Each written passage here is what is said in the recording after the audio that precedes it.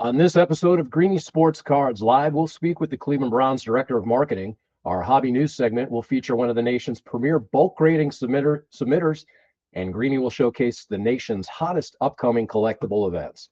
All of this and more just on the other side. You'll make this rather snappy, won't you? I have some very heavy thinking to do before 10 o'clock.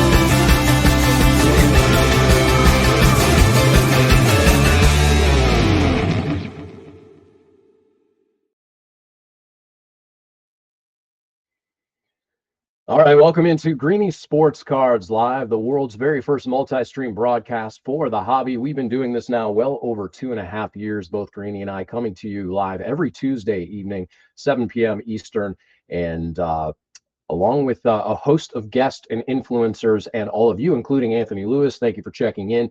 If you would like to join the show, just as Anthony has done, feel free to comment in the platform from which you are watching, and that may be on Facebook, on Instagram, LinkedIn, Twitter, the old X, Twitch, and many other points in between. If you have questions for any of our guests, if you have questions for us, if you have a comment on what's going on in the hobby world, we would love for you to join us, as many of you continue to do week over week as the hobby just continues to explode.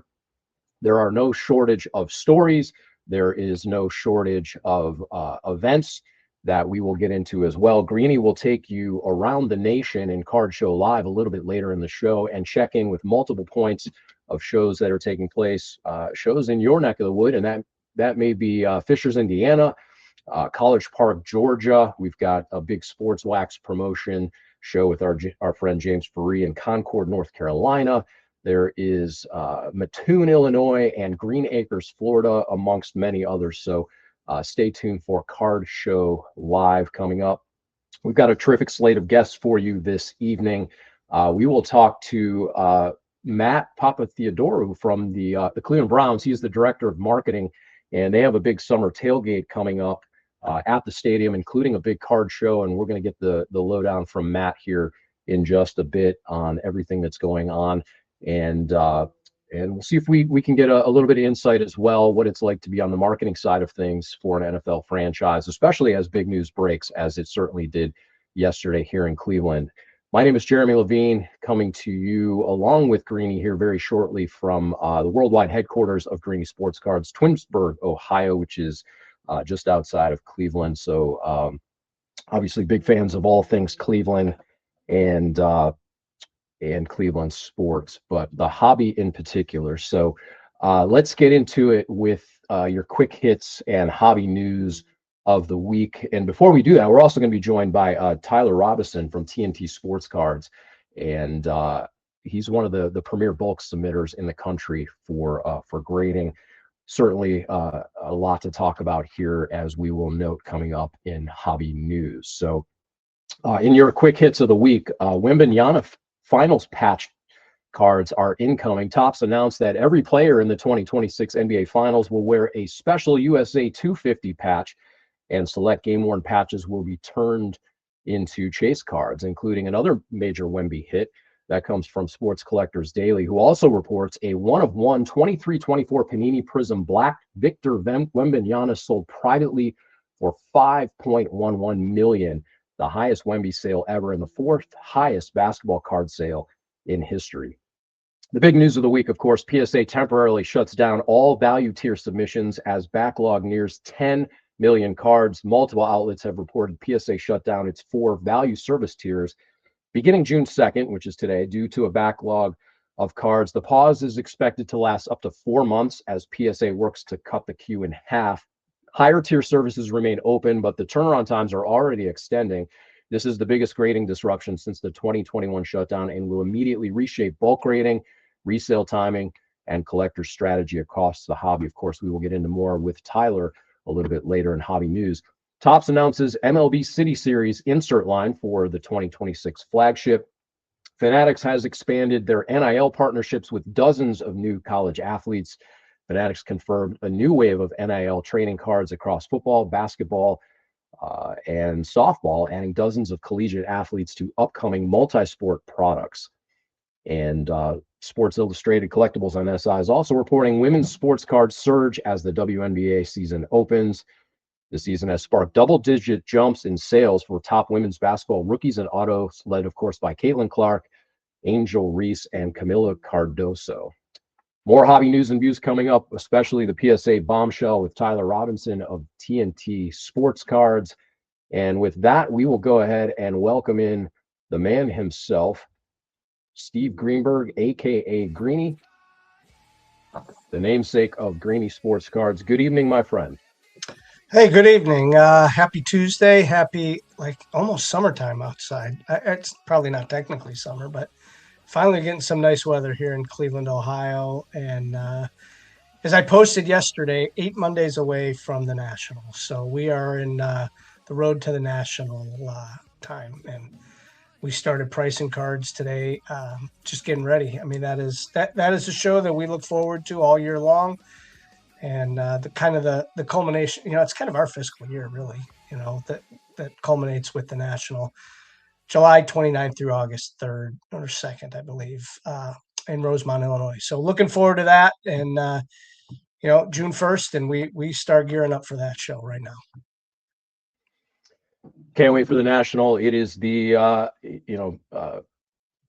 hopefully, I was going to say Super Bowl of card shows, if we can even say that, or the World Series. But yeah, that's a monster. Speaking of monster, there's a monster show coming up in Sports Cards Live or Card Show Live. Lots to get to. Greeny, we also had, we'll get into a little bit later, we had the Medina County Collectors Fair this past weekend to smashing success and reviews. We'll cover that. The hobby is not slowing down by any stretch. How are you feeling after coming off the weekend here? It's after every show. It's like I don't want to wait a full week to another one, right? Like it is my body wants to relax, obviously, but man, it is so much fun right now with the buying and the selling and trading and watching everybody, make deals. I mean, it is not slowing down anytime soon. And man, I can't wait for the next show. Well, one of the next shows coming up, Greeny, here locally is a new one. It's the Brown Summer Tailgate. And our first guest this evening is Matt Papatheodorou, the marketing director for the Cleveland Browns. He's a key leader behind the team's fan energy strategy, community programming, and year-round event experience. Matt plays a major role in shaping how the Browns connect with fans on and off the field. And he's one of the driving forces behind this year's Summer Tailgate, one of the franchise signatures off-season events. And we are really thrilled to have him here with us this evening. Let's go ahead and welcome in Matt. Hey, guys. There you are. Hey, Matt, thanks for joining us. I know you're in Cleveland normally, but you're not today. So we appreciate you figuring out the math of that time zoning and joining us for a few minutes to talk about this show, June 14th, which is not really a show. It's kind of an event all-encompassing at the stadium with a little bit of a show on the side. So kind of give us an idea. What's happening June 14th at the Summer Tailgate at Huntington Bank Field? Absolutely. Well, first and foremost, thank you guys so much for having me. This is very, very exciting, very, very cool, and the perfect group to be talking a little bit more about what we have coming up here in a couple of weeks. So, to your point, months back, we had a lot of internal dialogue around what can we do that's special specifically for our fans, and we came up with so many different potential solutions, and that list is really limitless. What we realized rather quickly is one of the most effective ways to achieve it was to maybe take a number of these ideas, basically put them into one to create an event, which is the Brown Summer Tailgate, that creates something for everyone, for lack of a better term. And specifically what we're obviously talking about today, a portion of that is going to be the Browns Breaks event. But before I get to that, I'd be remiss if I didn't share. We really did pause and say, how do we make sure there's something that's very family friendly, that's incredibly focused in other areas that means something to different folks who obviously have a tie to the team. And we have this event that basically breaks out into 4 areas. The first is the field experience, which is just exactly what everyone thinks. Having an opportunity for fans, especially those younger fans, to get down to the field and see what it's like to be on the field where they watch, our athletes, compete on a weekly basis, and just get out there, get out and about, run around, and ultimately experience what it's like to be on the playing field. But it's no open space. It's going to have everything from inflatables to a zip line to flag games being played. It's really going to be a full programmed area and very, very kid friendly, but certainly for very friendly for all the little kid within all of us adults as well. We're also going to have an area called the Collective, which is basically a women's local business convention of sorts, if you will. Almost a trade show of sorts, with local business owners being invited to ultimately, spread the word of some of the different products they might have available, along with some other programming in that space.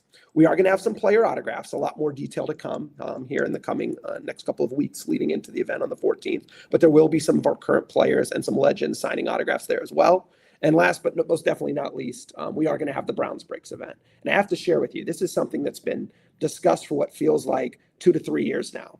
It was originally thought to be a single standalone event, and eventually we ultimately decided it made the most sense to be a part of this larger scale event.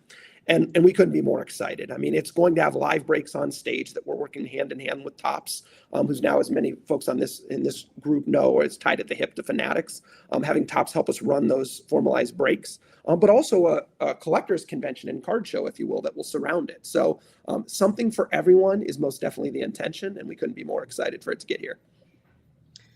I'm going to tell you, I'm excited about the field activities. Obviously, the cards are a big thing that we do, but and Jeremy could probably tell you the same thing, and I'm sure, Matt, you too. To actually walk on the field is something. Now, I can tell you I've never been able to do it here, but the old stadium, I've had the good fortune of being on that field a number of times. My dad worked for the Browns, and man, there is nothing like walking on the same field as your heroes and the legends that you watch. And that's going to be something cool for me. I'm going to go do that, take a little break and walk on the field. Absolutely. I will tell you, I've been very fortunate. I've worked in sports the majority of my professional life, but I never take for granted every single day that those areas that you find yourself in, whether that's those back of house areas, walking in just for a day of work at a game, or just an off day, whatever it may be, or the chance that you have to obviously get out on the playing surface. I worked in the NBA as well for years. And so wherever it is, it brings the kid out in you. And it certainly, I'd never want to lose that, because I feel like it's some of the most powerful things that kind of remind us all why we're so tied to sports, why we're interested in the hobby, but in general, why we're interested in the teams that we follow. So I don't say that as somebody who works in marketing. I just say that as a human being who ultimately loves sports and certainly loves my teams, and those types of moments are very, very special. Matt, talk to us a little bit about the ticket and registration process. How can people attend, and is there an opportunity if there are other vendors that want to participate? How can they get involved? Yeah, most definitely. So first and foremost, we are getting down to it, so to speak. Tickets are very, very limited, but there are still some available. So please definitely head to brownsummertailgate.com, which is the page that's being displayed right here. Right at the top of that page, you'll see the registration. Tickets are truly free, no strings attached whatsoever. You can register for up to 6 tickets. And ultimately, that we're getting down to the nitty gritty, if you will, but there's certainly still a little bit available from an inventory side. We foresee that probably, I'll use the term selling through loosely, because obviously we're not, ultimately charging for entry, but those are probably going to be gone sooner than later. I'd say within the next handful of days. So we want to get anyone and everyone out there. And we're expecting upwards of 10,000 plus folks taking part in all these varying activities that we mentioned.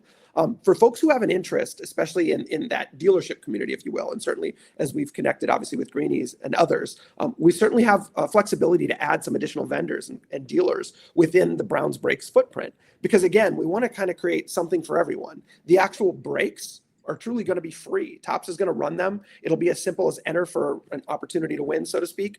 Winners will be automatically drawn. They'll be assigned a team.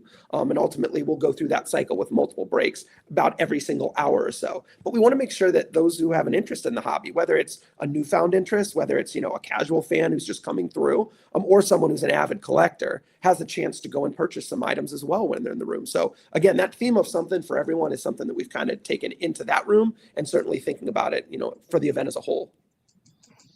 Can you tell us the times? What are the times that this event's going to take place? Yeah, absolutely. So on the 14th of June, doors are going to be at 12 noon.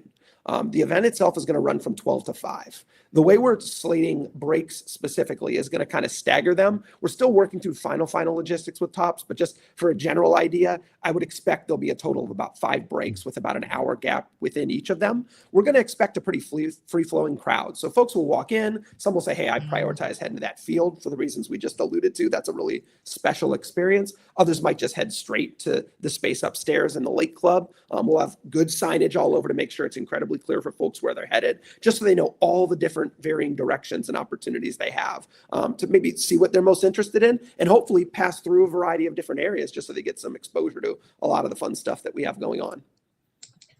Matt, you're operating at the highest level of sports in the NFL, which arguably is now America's pastime in this country. We want to take the opportunity to talk to you a little bit about that while we have you. There was some really big news that came out of Cleveland and LA yesterday with the trade of Myles Garrett, of course.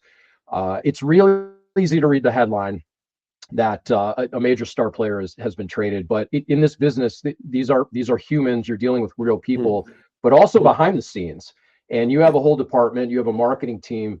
Talk to us a little bit about some of the ramifications or implications of when a trade happens, particularly of a signature player, or if you sign a signature player. There are creative assets from the cover of a program to banners that might hang around the stadium to your social media. What happens to you personally and to your team when something like that happens internally? It's really funny you bring that up, because the perspective of someone who works day to day in it is a little bit different, only because just like anyone else, if you're truly a supporter of the team you work for, which I believe everyone should be to some degree. I'm born and raised in this region, so I'm incredibly tied at the hip to all of our pro sports teams. Your natural reaction is to have a reaction like the next person might with respect to a transaction happening, right?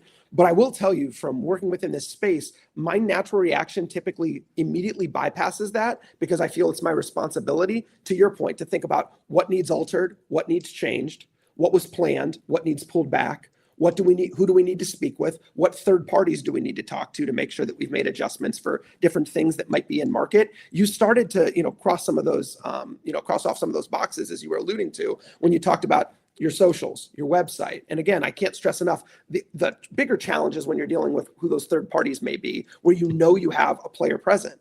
And so again, there's a human side of it. Make no mistake about that. I'm not minimizing that, but I would say from a professional responsibility standpoint, your brain goes a little bit down a different path. And that was a little bit of a rude awakening for me years back when I first started working in the industry. But I've learned, we all play our role, right? At the end of the day, I know what I'm responsible for. And I know at the end of the day, I need to be prepared to do everything in my power to make the appropriate adjustments, to tweak whatever's in market, to think about what creative spot might be there that has a highlight included that might need adjusted. Whatever the case may be, I'm constantly looking for an opportunity, constantly looking for different things that are in market, I should say, and pausing and saying, okay, what can I control?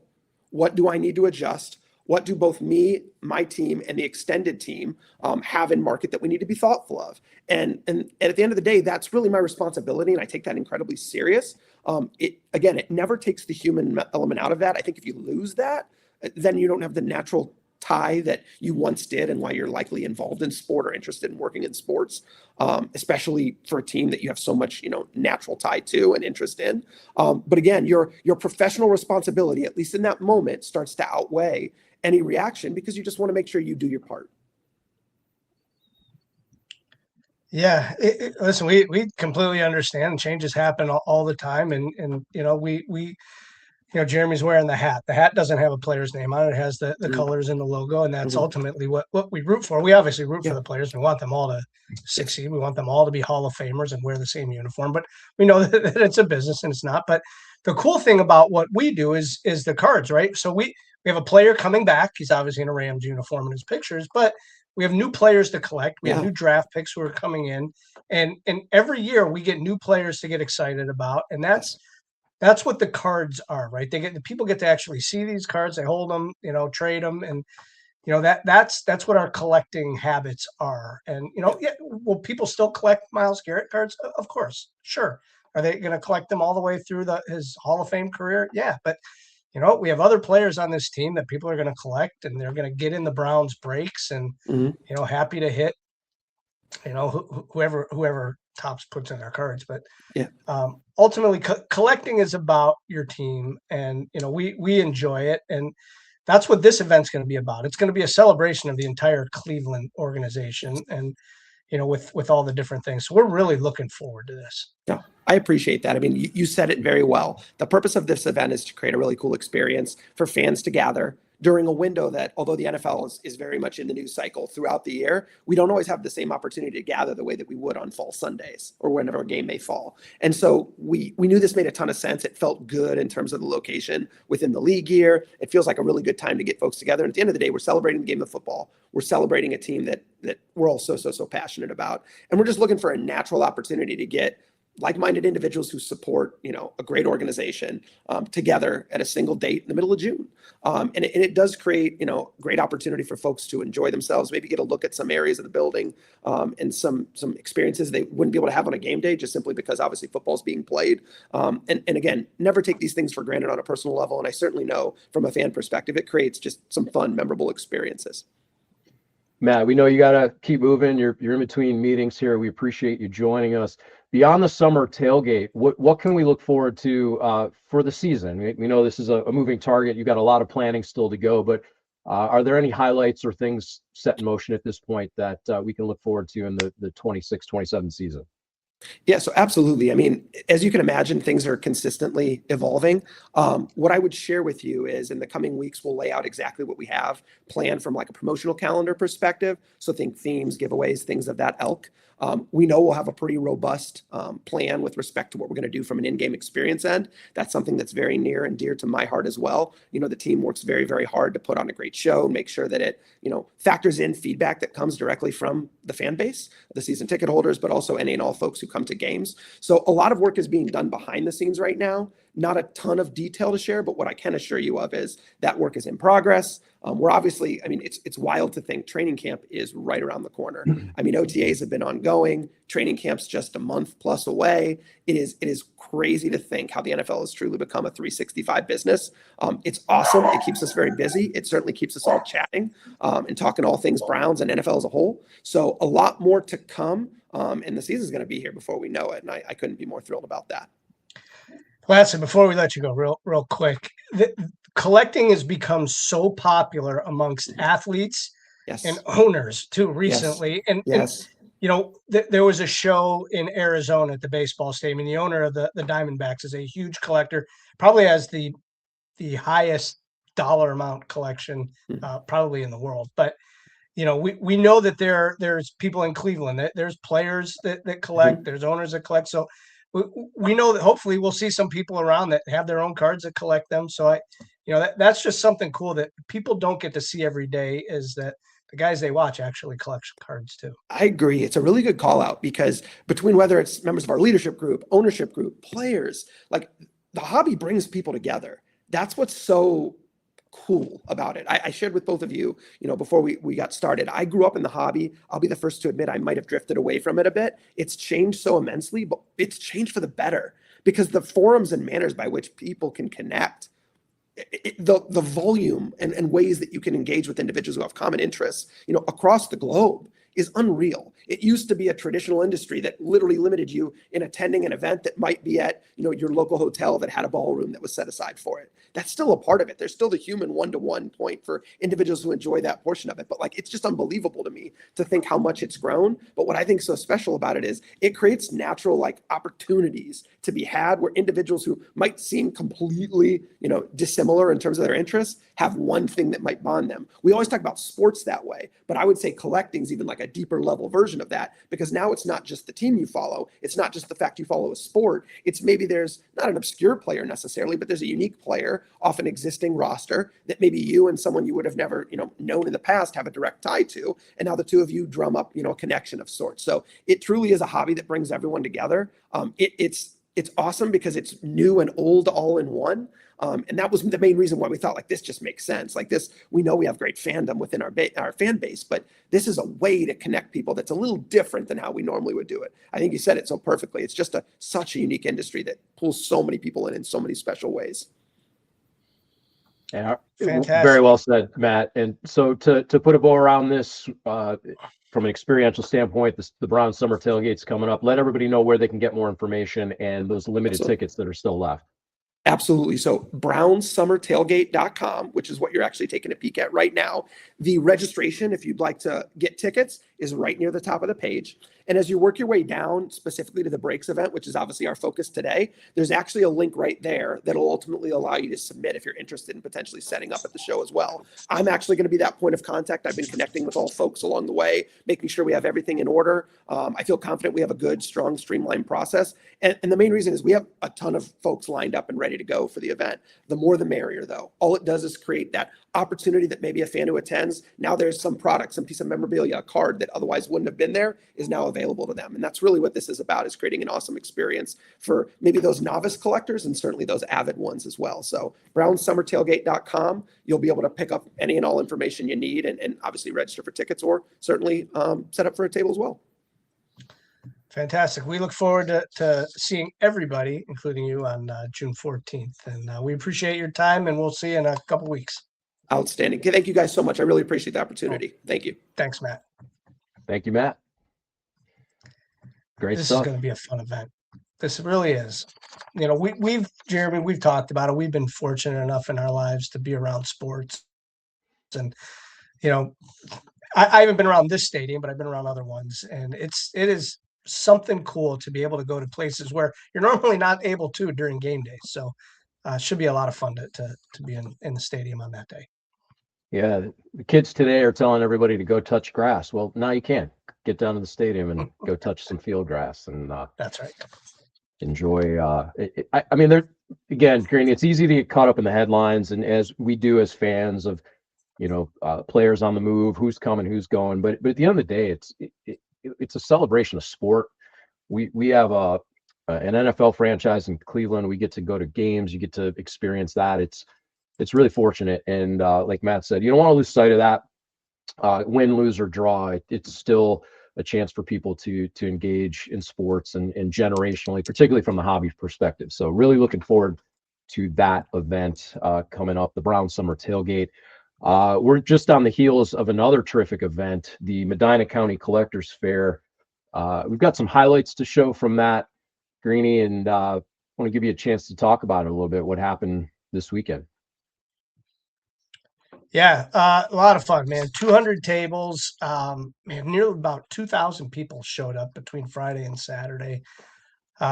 Everything from sports, TCG, comic books, some He-Man stuff walked in. I mean, there was some really terrific, unique items that walked into the show that we were able to buy, and other people, bought a ton of stuff as well.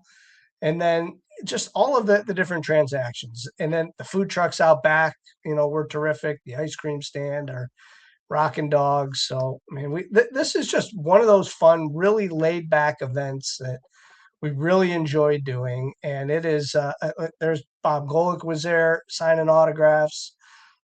Kenny Rhoda was live, his show WHBC on Friday. I was fortunate enough to join. Rob Senderoff, Kent State basketball coach, was there, and He had a turn on the radio with Kenny, so just a fun atmosphere.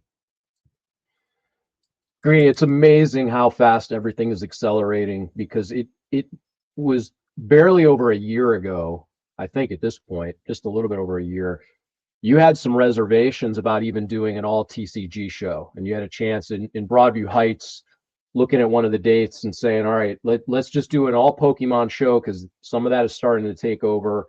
And you were concerned whether you could even fill 100 tables in that venue, and now look where everything's going. This event this past weekend, 200 tables of pop culture and TCG, and One Piece, of which most of us hadn't even heard of until this past January when it just started exploding. And really amazing on how far the hobby has come. So with that, it is time, speaking of the hobby and hobby shows, let's get into Card Show Live.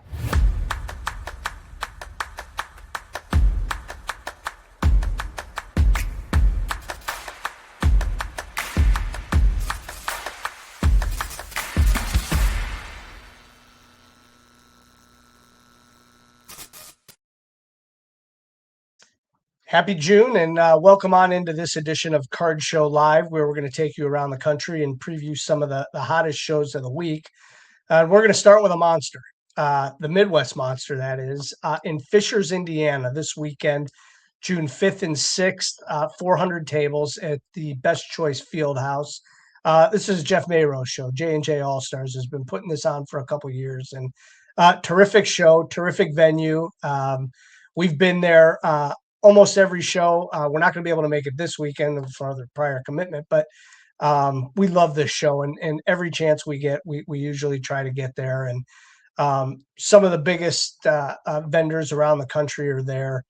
Like I said, 400 tables. It's got the feel of the Great Lakes Collectors Convention. It's in a basketball facility. So if you are anywhere near the Indianapolis area, the show is in Fishers. It's 500 tables they have on this flyer here. So huge show put on by Jeff Mayros. They do a great job. We had him on the show last year as well. So check that out if you're in Indianapolis, the Midwest Monster. And from there, we're going to go to College Park, Georgia for Just a Card Show. This is part of the Culture Collision network of shows that they do. This is June 5th through 7th, Just a Card Show in Atlanta, Georgia. Several hundred tables at this show. If you've ever been down there to their Culture Collision, they've been doing this for a couple years. So again, College Park, Georgia, the Just a Card Show, June 5th through 7th. From there, we're going down to Concord, North Carolina, where our friends at Sports Wax Promotions, James Faria, a friend of our show here, has the Cabarrus, I don't know, however you pronounce that, Arena and Event Center, 600 tables. So this show here is another monster of sort, but Sports Wax Promotions, James, does an absolute terrific job with what they've been doing down there, all up and down the coast. So check that out in Concord, North Carolina. From there, we're going to go to Mattoon, Illinois for the Corn Belt Card Show, of course, June 5th through 7th, 120 tables, Emerald Acres, Friday, Saturday, Sunday show. We're seeing that this weekend. A lot of 3-day shows around the country. This one here, Mattoon, Illinois. So check that out. Several hundred tables with the Corn Belt Card Show. And then from there, down to Green Acres, Florida. That is the place to be.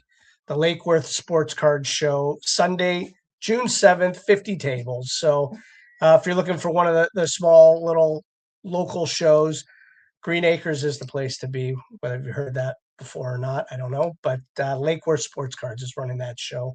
Sunday, June 7th, 50 tables. So check out the shows in your area. Check out these shows. Report back to us what you find around the country. But make sure you do attend a show at some point this weekend. And hopefully you pick up something great. And that is this edition of Card Show Live.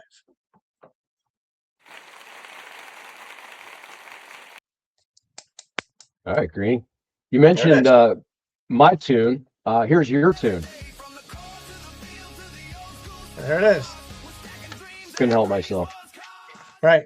So, Green, our next guest is Tyler Robinson, the force behind TNT Sports Cards, one of the hobby's most trusted bulk grading submitters. TNT has built a reputation on consistency, transparency, and understanding exactly what modern collectors need. Tyler's team handles thousands of submissions each year, making one of the most informed voices on how grading changes impact collectors in real time, and that is certainly happening this week. We are glad to welcome him back to the show, Tyler Robinson. Tyler, what's happening? What's happening, guys? Nothing. The last time we had you on, we were previewing a card show and things like that, but we have a lot of stuff to get into tonight that is very hobby related, that you guys are kind of the semi front lines that's going on with PSA. So we, instead of just kind of speculating and reading and hearing, this is what they're doing, we figured we would bring someone on that really knows exactly what tiers are being affected, how long things are going to be affected, if we even know that. So we just want to kind of jump right into that with you. And I think Haley can pull up some stuff and tell us a little bit about exactly what you know that's happening at PSA. So effective today, only submission levels that are going to be available are going to be regular and above for PSA. So no value bulk, no value plus, no value max. Seen a lot of the turnaround times, even for some of the higher tiers, get extended. And I guess it's just one of those things to where, the hobby as a whole just wants to, they want to grade more cards than what the grading companies can handle right now. And obviously PSA being the biggest, they're definitely facing the biggest challenge. I guess some of the numbers you look at, it's kind of crazy when you think about it. Last year they graded 19 million cards. This year they're on pace to grade 25 million. And that type of an increase isn't enough, which is, kind of crazy. So, the question is, I guess, what they announced, that the backlog was around 10 million. I personally think that number is a little bit higher. I think there's some reports floating around that since the announcement that those tiers were going to be shut down, that they've had 200 or 2.5 million cards submitted. And I think those initial reports are probably 24 hours old, maybe 48 hours old. So, what does that mean? Do they get an influx of another 4 million, 5 million cards? It's hard to say. It'll be interesting when they put out there, because I've been looking on their website. I haven't seen an update yet, but that tracker, they said they were going to have a public tracker on the backlog. It'll be interesting to see what that real number is when it's updated. Because right now what they're grading a little over 2 million cards a month. Their opening value tiers probably start with value max, then value plus once it gets down to that 5 million number. As far as the backlog goes. So they definitely got their work cut out for them. I don't really have a lot of answers, except for, their preliminary, estimate was 4 to 6 months. I wouldn't be surprised if it takes longer. What I'm interested in is, what is that going to look like for the rest of the grading companies?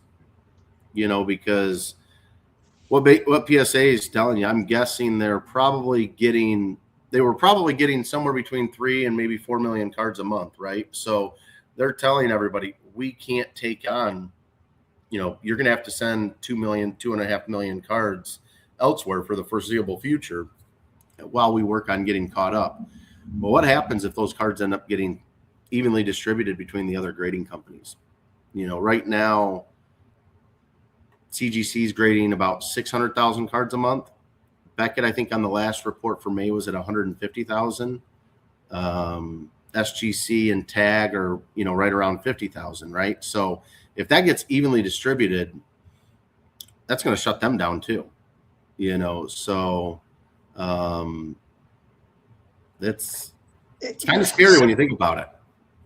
Yeah. So you mentioned the regular tier is open. What for For people that don't know, like what does it cost to submit something regular through So that regular team? What is type of card? 80 or $85. So really that kind of shuts you out to where if you're And that's submit a card, it has to be like $500 or more for it to really make sense, right? right.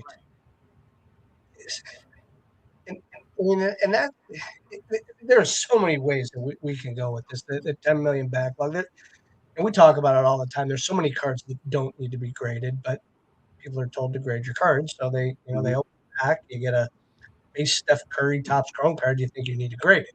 Yep. That's the reason that they're so backlogged, and I think a lot of it is TCG too, Oh, right? that's a big chunk of it. I mean, I I, think they're I grading like 1.5 million Pokemon or TCG cards a month. It's just crazy. I mean, you even go back to like card shows. 3-4 years ago, card shows used to be 70-80% sports, 20-30% TCG. Now it's almost flipped, in a right. lot of your shows. I mean, outside of, like, I would say the Great Lakes show was predominantly sports. I would say that the Shipshewana Card Fest is predominantly sports. But you get outside of that, like the Lansing Mall show that we go to every month, that's probably in that 30% sports, 70% TCG. And it wasn't like that 3 or 4 years ago. So, and why is that? I mean, the money in Pokemon is in probably One Piece, that just really took off this year is kind of crazy because you can take a $20 or $30 card and as a 10, now it's $200 or $250. And pop counts don't seem to matter. It doesn't matter if there's 4 or 5,000 tens. You're still getting that type of an increase, which in sports you don't get that. It's like a 2.5 to maybe 3 times multiplier from raw to a PSA 10. So I think you've seen a lot of sports people even shift to TCG. So just because of that multiplier that you get from grading. So. Tyler, I was going to ask you in the same vein about collector behavior. You've got a backlog of at least 10 million cards, maybe more, as you indicated. What that says for collector behavior over the last few months. You touched on as well that's an influx of TCG and other and Pokemon and other related cards like that. What does this do for the collector? If there are cards, take us through. If cards have been shipped and those cards are now sitting in a warehouse somewhere that have been paused. What does that do to the market? There's 10 million cards out there that people have submitted and now they don't have access to. Can they obtain their cards again? Do they wait? How does all this work for the uninitiated collector? I mean, unfortunately, it's one of those things. I think you're just kind of in a waiting game. I think it probably increases. I mean, there's still going to be cards obviously coming out on a monthly basis, right, from PSA and the other grading companies. But I think it does, for the time being, I think it helps graded values, across the board. I think that it definitely helps raw value. I think, especially like on these new releases, sometimes I think, you see those huge sales early and they drop off fairly quickly. Maybe they don't drop as quickly. It's just going to be a little bit of a different way of collecting. I think it impacts repackers quite a bit, because part of the, thing with the repackers is that new shiny toy, right? That's how they, really like to try to drive their products. And most of the repacks are graded cards, right? So I think some of that, there's going to be a little bit of a shift of what maybe you see in repacks. That's something that I think could be fairly interesting. What about the price of like a PSA 9 card, right? Because there used to be such a huge drop off as recent stuff. PSA 10s were real high, PSA 9s, people were saying, well, those are just raw. Mm-hmm. Well, now when the value plus or whatever it was $25-$30 to grade that card. Now, when they ever open up again, I don't know what the pricing is going to be, but do you think that there'll be more of a demand for PSA 9s, maybe even PSA 8 cards? I would think there should be. I think the hobby's kind of gotten a little bit snobbish to where at PSA there's only one grade that matters, right? And that's a 10. If it's not a 10, then, most people won't pay a premium. A lot of, like you said, I mean, 9s typically get raw value, 8s typically get below raw value, which, I mean, it really shouldn't be that case. I mean, you see the reviews, and we track it. I mean, we review about 3,000, 3,500 cards a week. And of the cards that actually pass for grading, it's typically in like that 35, maybe 40% range. So the quality control from the grading companies, or not the grading, but the quality control from the manufacturers is not very good. And if we don't pass a card for grading, that means we think it's going to be below a 9. So, most cards that are pack pulled, a majority of them are not going to be a 9 or better, right? So, you would like to think that should hopefully have a little bit more of a positive impact on 9s, because there's a lot of nice cards out there that are PSA 9s or even PSA 8s. I think a lot of collectors, not flippers, not investors, but I think a lot of collectors prefer to have 9s in their collections. Yeah. Like, for instance, I'll just tell you, like, last year at the National, I bought a Michael Jordan autograph card I gave to you to grade. Mm-hmm. I 100% planned on selling that card or keeping that card because I knew it was a 9 with a 10 autograph. Well, I didn't know it was a 10 autograph, but you graded and it became a 10-10. I had to sell it because of the premium. But like, if that card was a 9, I would still own that card today. Yeah. I don't mind keeping 9s in my collection. Nope, I think you could see more of that. Which would drive up the price of 9s because people aren't going to pay 10s, but they'll pay a little bit of a premium to get that nice 9 in their collection. Well, and there's going to be, I mean, for the repack portion of it, I mean, they're going to have to buy 9s, which could help drive the price up on 9s, because it seems like that really dictates a lot of the singles market. Tyler, for the average collector sitting on a stack of cards right now, what's the smartest move they can do? Should they hold, pre-sort, switch grading companies, focus on selling raw?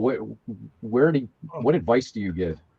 So if you're switching grading companies, I think there's a little bit of an opportunity. I think it'll be a short window, though, because I do think that this will trickle down, and the domino effect will be that we'll see this across all grading companies. They're going to have to shut down. I mean, you've already seen it with TAG shutting down some of their service levels. You've already seen CGC increase some of their turnaround times. But if it's me personally, like if I'm submitting or people that are sending cards to us, I think CGC is a great option for the TCG space. They're very well respected there, and you do get a nice premium on 10s, through them, and of course they're pristine 10s. But I think you could see a big shift in Beckett. Beckett plays well in TCG, but they've also, I mean, them and PSA used to be, I mean, really whichever slab you like best is what you went with, because value-wise, a True Gem Plus at Beckett was worth the same as a PSA 10. So I do think you'll see an initial spike at Beckett. I think they have the biggest opportunity to regain market share, especially on the sports side.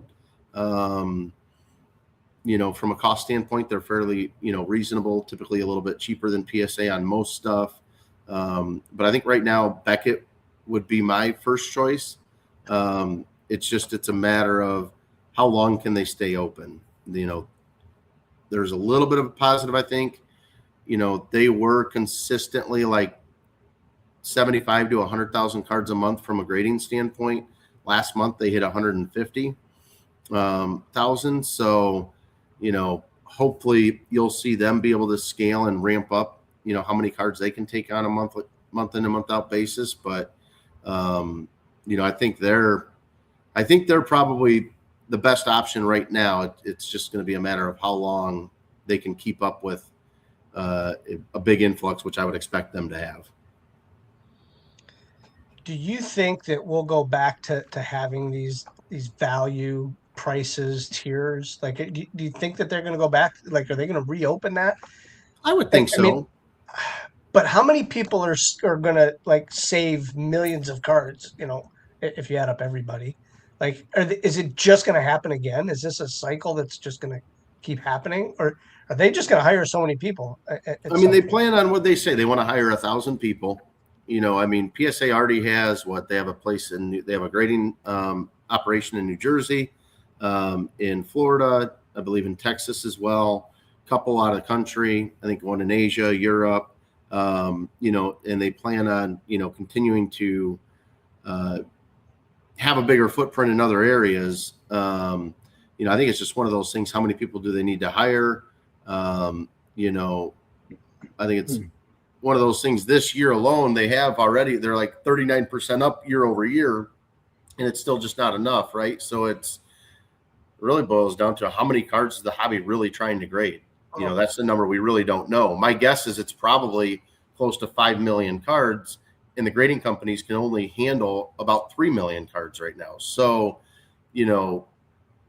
what really needs to happen, hopefully something that comes out of this, they need some real competition that's good in both TCG and sports. Because CGC, they pump out a good number of cards, but it's pretty much all TCG. SGC is really kind of becoming just vintage, right? And then Beckett, they're the one, they're the one that I think has the most room for growth. Anybody that's been in the hobby for a while will remember the times when Beckett and PSA, I mean, Beckett used to be the place for modern.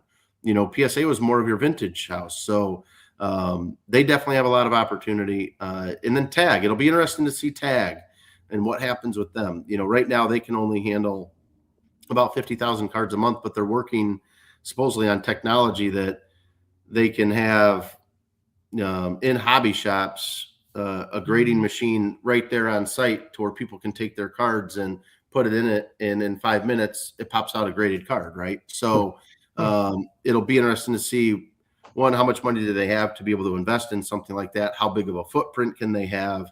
Because I mean, there's probably got to be at least a 2 million shortage right now as far as the amount of cards that need to be graded that they just can't. I mean, collectively, they can't handle. Which, it's great. I mean, when you really think about it, I mean, one thing it tells you is the hobby's in probably the best place it's ever been. I mean, every single weekend, within an hour of where we live, there's a card show. I know in Cleveland, it's very similar. I mean, the amount of card shows that you put on every single year, and you don't have a problem selling out, do you? No. I mean, most cases you probably have a wait list. So, Right. We have a capacity issue right now. There's only so many places to go to fill them up. So that's the positive. It's just going to be, everybody's going to have to adapt, and it's going to be a little bit different for, I would say, at least 6 months, because all of these grading companies have a standard that they have to, uphold, and it's not something to where they can easily just throw up an ad. It's not like there's a college where, there's a college pumping out graders, or even a trade school that's pumping out graders, right? That's not the case. So, they got to hire. There's an idea though. That would be something. I mean, it's no different than being a plumber or an electrician. Being a grader is kind of like a trade, right? So, they need, something there. I would imagine. Is it something to where a company like PSA with, collectors backing them? I mean, how much can they invest in technology? Do you see AI become a bigger part of it? I don't know, but I mean, the demand is there. This summer is going to be very interesting for raw cards, and I think maybe the national, not maybe, definitely the national, because that's the culmination of the shows. I think raw cards are going to sell for an absolute premium. Nice raw cards, because you can't buy it. There won't just be an influx of new graded cards. I know they're going to be turning cards back, and they'll have to catch up that 10 million backlog, but there's not going to be a ton new submitted, in the short term. So I think raw cards are going to be a lot of fun at the National. Yeah, I would agree. Tyler, you mentioned Beckett, which is the original authority, and it's got the nostalgia factor. I think there's to your point, there's a lot of room for them to pick up market share. Has this sent your business scrambling, or is it business as usual? What kind of wrench did this throw in your Um, process? we definitely got some challenges. I mean, luckily for us, we diversified about a year ago, right? I mean, there's a lot of, when you're a group submitter, you're relying on the success of other companies doing well, for your own success, which worked for us for a long time. But a year ago, we opened up a card shop, and we've also been pretty active on live selling for singles on eBay Live. We've done it on Fanatics Collect as well, or Fanatics Live. So, thankfully for us, we have diversified enough to where, I mean, it's a big source of our revenue, but we're able to pivot a little bit. There are, we are going to have to make some cuts, which is unfortunate. But it's also going to allow us right now to focus on we have about we've had two different projects that we've been kind of waiting to work on that we just haven't had the time for. One of them is our website. We're going to start doing some beta testing next week on that. Our developers are finally done with that.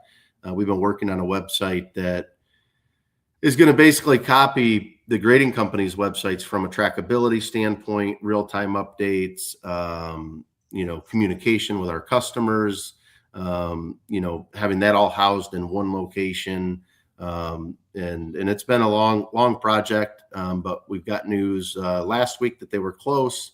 Got more news today that they're actually going to come down next week on Tuesday to do some training with us and work out any bugs and so they can make any final adjustments that need to be made. So I'm extremely excited about that because every customer will have their own login.